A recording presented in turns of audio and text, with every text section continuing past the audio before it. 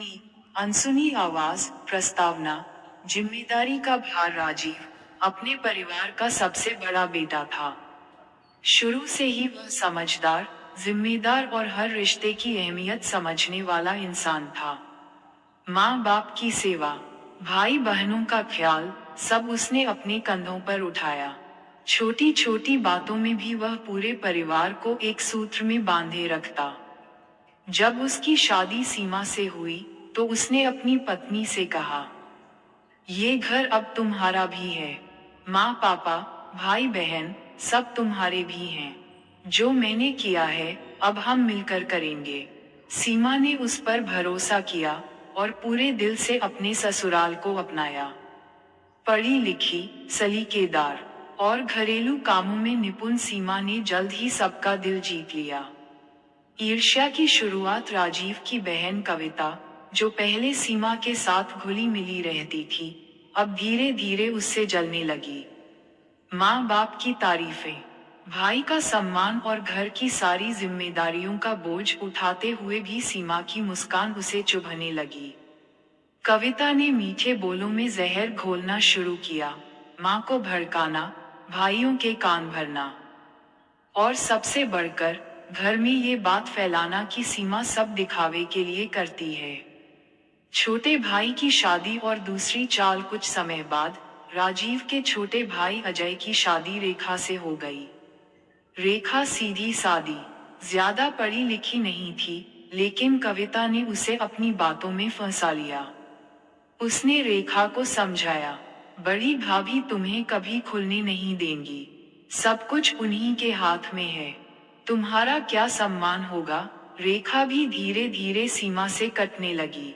परिवार के भीतर दो धड़े बन गए, एक में सीमा अकेली और दूसरे में कविता, रेखा, अजय और माँ पापा। विभाजन और तिरस्कार। कुछ महीनों बाद कविता और माँ ने यह मुद्दा उठाया कि अब दोनों बहुओं को अलग कर देना चाहिए। माँ पापा ने बिना सोचे समझे सीमा और राजीव को अलग कर दिया। बच्चों को दादी दादा के साथ रहने की इजाजत नहीं दी गई। सीमा को ये गहरी चोट पहुंची, लेकिन उसने चुप रहना चुना।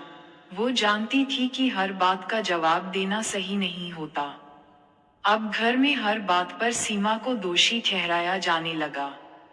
उसकी छोटी सी गलती को बड़ा चढ़ाकर कहा जाता, देखो, ये ही सब बर्बाद करेगी। रेखा, जो घरेलू कामों में कमजोर थी, फिर भी सभी की लाडली बन गई। कविता और माँ उसकी झूठी तारीफों में लगी रहती, ये है असली बहू, सीधी, सरल, घर की शान। बीमारी और टूटन, इस अपमान, उपेक्षा और भावनात्मक चोट ने सीमा को अंदर से तोड़ दिया। वह बीमार रहने लगी, मनोवैज्ञानिक तनाव में आ गई, लेकिन घर में किसी को फर्क नहीं पड़ा।